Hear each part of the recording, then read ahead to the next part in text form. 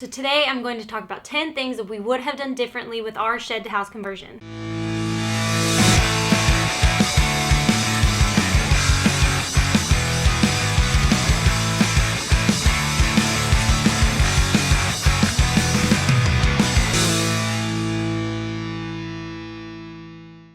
So let's dive into it. Number one, we would have not moved in with Jared. That being said, it's not what you think I mean. When Jason and I bought the land, we were not expecting to have Jared live with us at the time. So when we decided we were going to do a shed, Jared thought we were crazy. He didn't see in his head what we saw in ours. So when it did come down to him living with us, we originally talked about doing 2 smaller sheds, side by side, the same size. I don't remember exactly what size we wanted, but it was a lot smaller than what we have now. The reason we decided to move in together and get a bigger shed is because we thought that instead of buying 2 of everything, we would just get one house and get 1 of everything. So instead of buying 2 refrigerators and, 2 microwaves, we would buy 1 house and buy 1 refrigerator and 1 microwave. Makes total sense, right? Wrong. The reason it doesn't make sense is because we all want different things.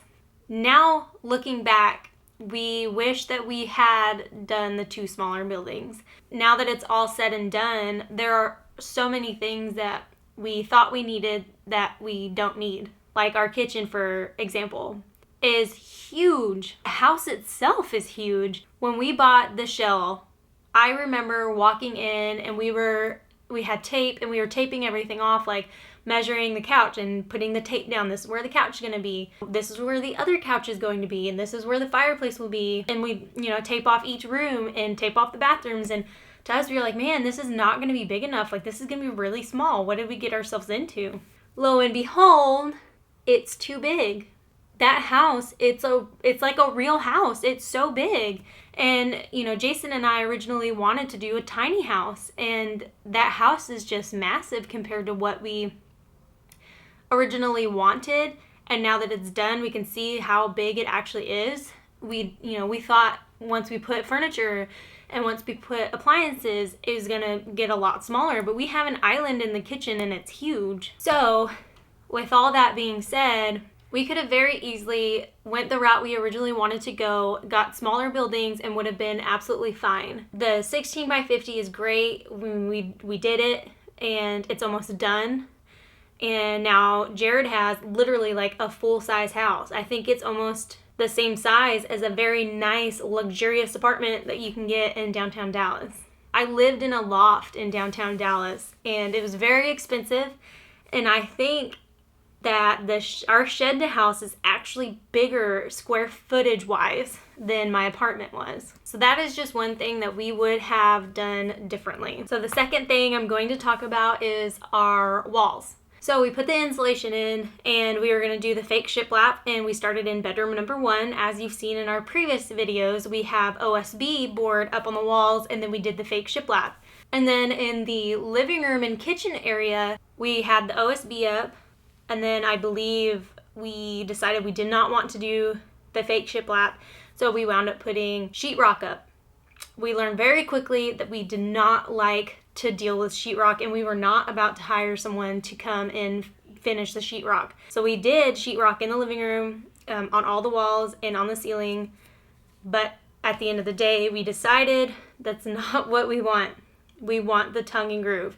So we spent a little bit more money and got the tongue and groove, and now that is up in the living room and the kitchen. The ceiling is still sheetrock, but I believe Jared wants to do the tongue and groove on the ceiling as well. But we may just leave it as sheetrock and repaint it. I'm not sure. That's up to Jared. It's his house, so we'll see what happens with that. Long story short, we wish we would have just gone straight to the tongue and groove. It looks amazing. We wouldn't have had to do the OSB. We wouldn't have needed sheetrock. We could have just gone, straight from the insulation in the wall to the tongue and groove, and it's strong enough that you don't need anything else underneath it. It does cost a little more, but we would have saved a ton of money if we started with that first. So my advice to you, if you want that look, spend a little bit more money and do it right the first time. So number 3 is the size of the bathroom. So in Jared's house, the bathroom is pretty big. I believe it's like 6 by 12, which is pretty big. It has a full-size shower, toilet, a big vanity, and a closet. It's a very decent size for such a small house. I think it's a great size if that's what you want. It's really about personal preference. For Jason and I, we realized that we could get a shower that's half the size. Why get a full-size shower if you literally just stand there? Anyways, living in an RV, Jason and I learned very, very quickly what we want and what we don't want. Our bathroom is a little small, but it is absolutely doable. So we learned very quickly we don't want it that small, but you don't need all that room for the bathroom. So we are definitely going to do a smaller bathroom in our tiny house.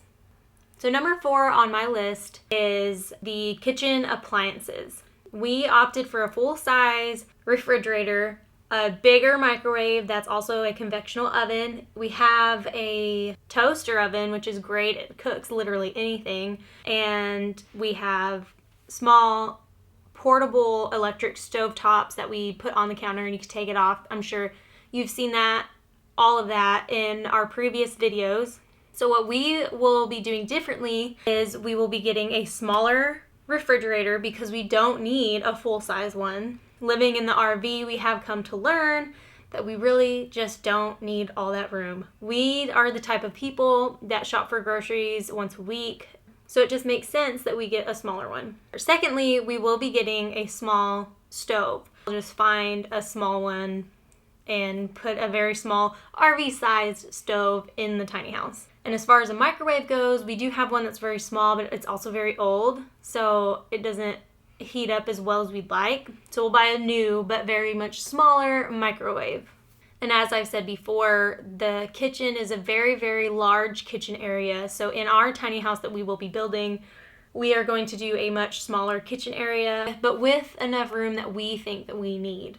Living in the shed to house and then living in the RV, one is a little too big, one is a little too small. So now we know enough that our tiny house is going to be just right.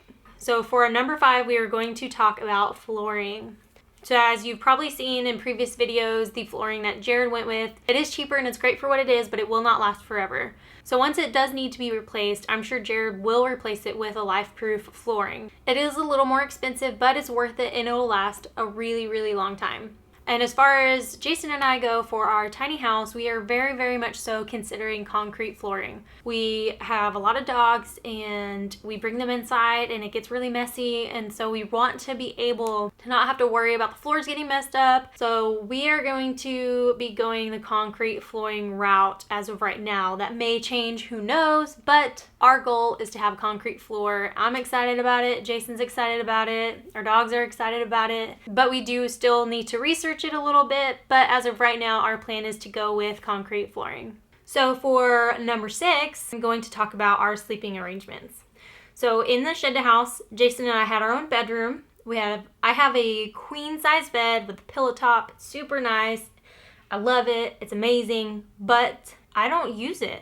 We're in the RV, so we're using the bed that's in the RV. So with that being said, we had a full queen size bed, and now I think our bed in the RV is a full size. So we realized really quickly that having that bed in the RV in such a small place takes up way too much room. We only use it when we sleep. We never use it during the day. So in our tiny house, we are going to go with a pull-out couch. We thought about doing a loft, but we decided we are not going to do a loft only because this is our first year of marriage, and if I do get pregnant, we do plan on living in our tiny house for a good amount of time, and I do not want to be climbing up a ladder at 9 months pregnant trying to crawl into a loft.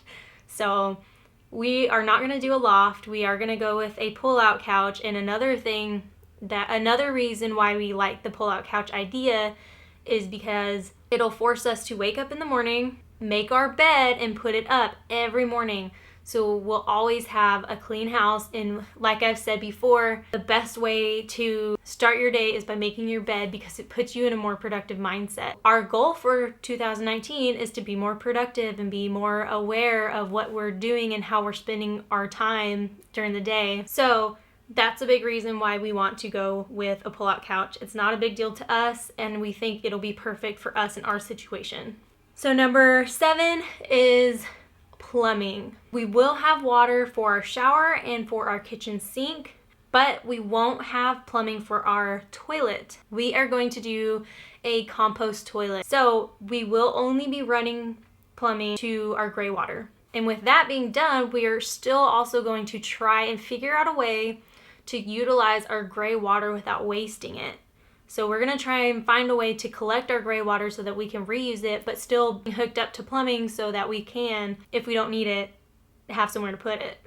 We do want to be as self-sufficient and self-sustainable as possible, so being able to reuse our gray water for maybe watering our trees or, the grass, like that's something we definitely will be looking into, and we're going to find a way. So if you stick around, you'll get to see how that plays out.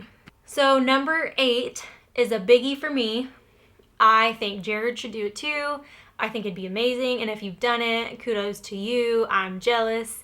But I want a wood burning stove. In the winter, it gets really cold.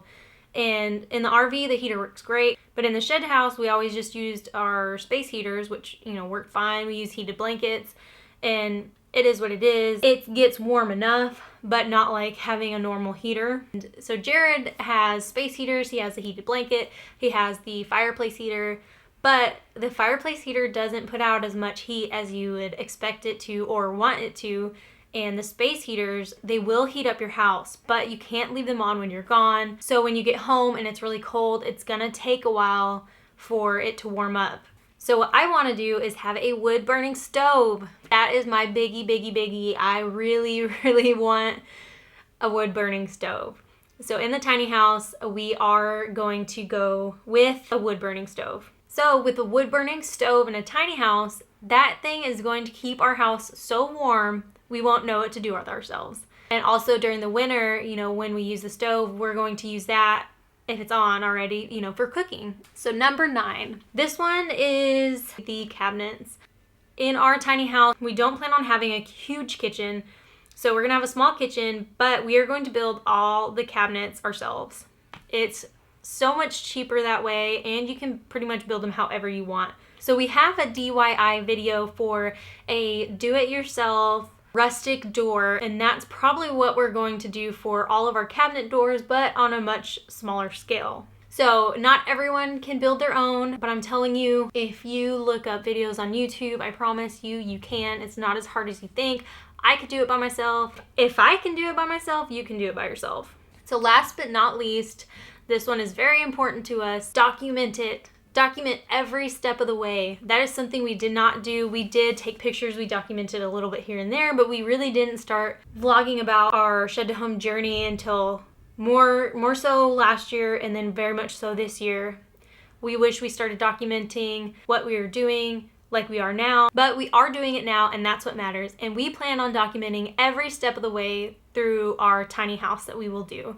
And so that's something that I would suggest, is to document everything. Even if you're not vlogging, it's still something great to have to look back on and see how far you've come. And if you are interested in vlogging, do it. Don't wait. Don't hesitate. Just do it. You can vlog on your phone. You can edit on your phone. If you have an iPhone, download the app called iMovie. Start vlogging. Edit in there. It's super easy. Once you figure it out and you get going, it's a piece of cake. Don't let any negative comments or any judgmental people slow you down. Do your thing, and who cares what anyone else thinks. So those are 10 things that we would have done differently. Those are also 10 things that we are going to do differently. I just want to say thank you so much for watching. Please like this video and subscribe to our channel if you enjoy our videos. We enjoy your comments, and we enjoy talking to each and every one of you. I take that back. We don't enjoy talking to each and every one of you, but for the most part, we do enjoy talking to the people that comment on our videos. But for those of you who truly enjoy our channel and what we're about and who we are. We really appreciate it, and we love your comments. We love talking to you, and thank you so much again for watching our videos. We just hope to inspire some people the way we were inspired by other YouTubers. To us, you guys are like family, and we love sharing our lives with you. Feel free to like us on Facebook. That's probably the easiest way to get in touch with us. Feel free to follow us on Instagram. So if you guys have any questions for me, for Jason or Jared, or even if you have any advice, feel free to leave your comments in the comment section below. We'll do our best to get back to you. Please keep in mind that we are not professionals by any means. We are doing what we can with our resources. This is our dream. This is our life. This is what we are doing, and we are doing it the way we want to do it. And if you want to do the same thing, do it. Don't let anyone stop you. So again, guys, thank you for watching, and we will see you next time.